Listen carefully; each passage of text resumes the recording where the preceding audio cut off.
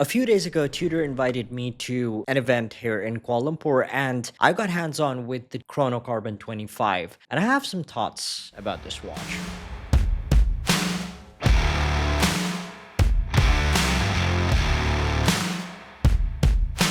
This was teased at Watches and Wonders with all the F1 decor. But unlike the previous Blackpick Chronos, where at most we saw dial changes, this is an entirely updated design. When I say entirely updated, we're still talking about Tudor, so we have to keep that in mind. The case sides are not slab-sided. The overall thickness has been slightly reduced, and now it is constructed out of a unique mix of carbon fiber that Tudor had been experimenting with for quite some time now. This is the second year of partnership between Tudor and Visa Cash App Racing Bull's F1 team. But in my opinion, this is the first time we're seeing a proper sports watch that truly embodies that racing spirit. Many of us know Tudor as a watch for the everyday man, often used by coal miners and navies around the world back in the day, but hardly anyone talks about Tudor's association with motorsports.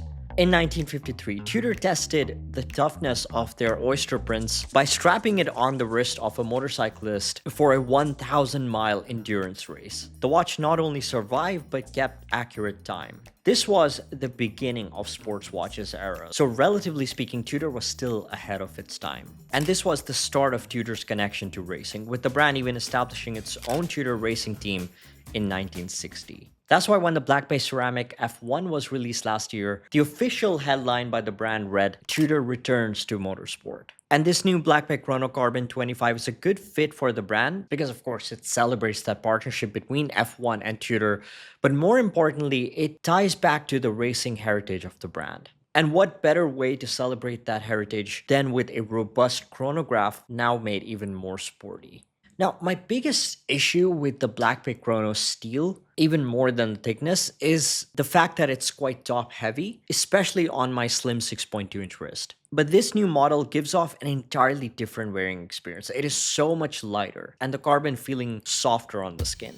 And since we're already talking about the watch, let's get the specifications out of the way before I get into the likes and dislikes. The Blackpick Chrono Carbon 25 now comes in a larger case of 42mm, but almost an identical lug-to-lug of 49.8mm and a lug width of 22. The case is just 1mm slimmer than the steel version at 14.3mm. However, it looks significantly slimmer because of the redesigned case sides, with more prominent stepped cascading sides that break that visual blockiness that we get in the steel version.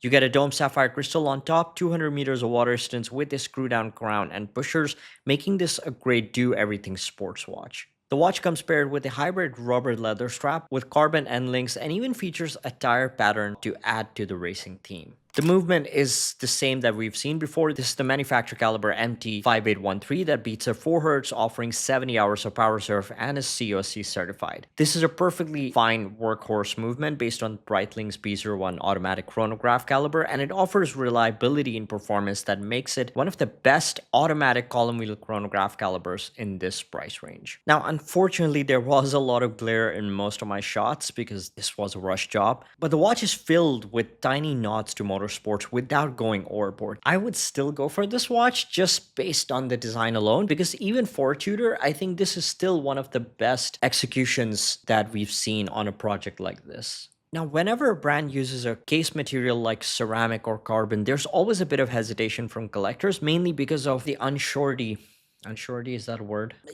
Lack of experience with using these kind of high-tech materials. So naturally, I brought up this point to the team, like how durable, how well has this material been tested? Here's what they told me. The carbon composite case went through a series of tests that include 1-meter drop test on gravel, scratch test by placing the case in a barrel of rocks and sand, stretch tests by pulling the case apart from both sides, and then you have humidity, sun, chemical, and extensive exposure to UV light. Like every new watch that is produced at the manufacturer, this watch has been tested extensively to ensure that it can survive almost anything you throw at it. With all these upgrades and the fact that this is limited to just 2,025 pieces, the price is understandably a bit higher at 7,460 euros. Now, here are my thoughts about this watch. This watch tells us a little bit about the direction that Tudor is heading into. Innovation with modern materials for the sake of building more robust sports watches. I'm not worried about this being a limited edition. I believe that this will eventually flow into other models, potentially even into Rolex. This release is just an exercise. It is more of a commercial decision to build that connection with F1. But what these exercises do for a brand like Tudor is to allow them to experiment and think outside the box. The 41mm Chrono is already a bit too big for me, but this just pushes it a little bit more. But that's a personal thing. You might want to try it out for yourself if you can get your hands on this. But Tudor generally have been catering to larger wrists this year because they have been neglecting that side of the demographic. But like I said, the reason I'm excited about this release is because it gives us a peek into the future. The brand is not just relying on existing back catalog, but experimenting with new materials, trying to do new things, testing out the performance of future sports watches. That's always a good thing. Hope you guys enjoyed this video. Don't forget to like and subscribe if you did, and I'll see you in the next one.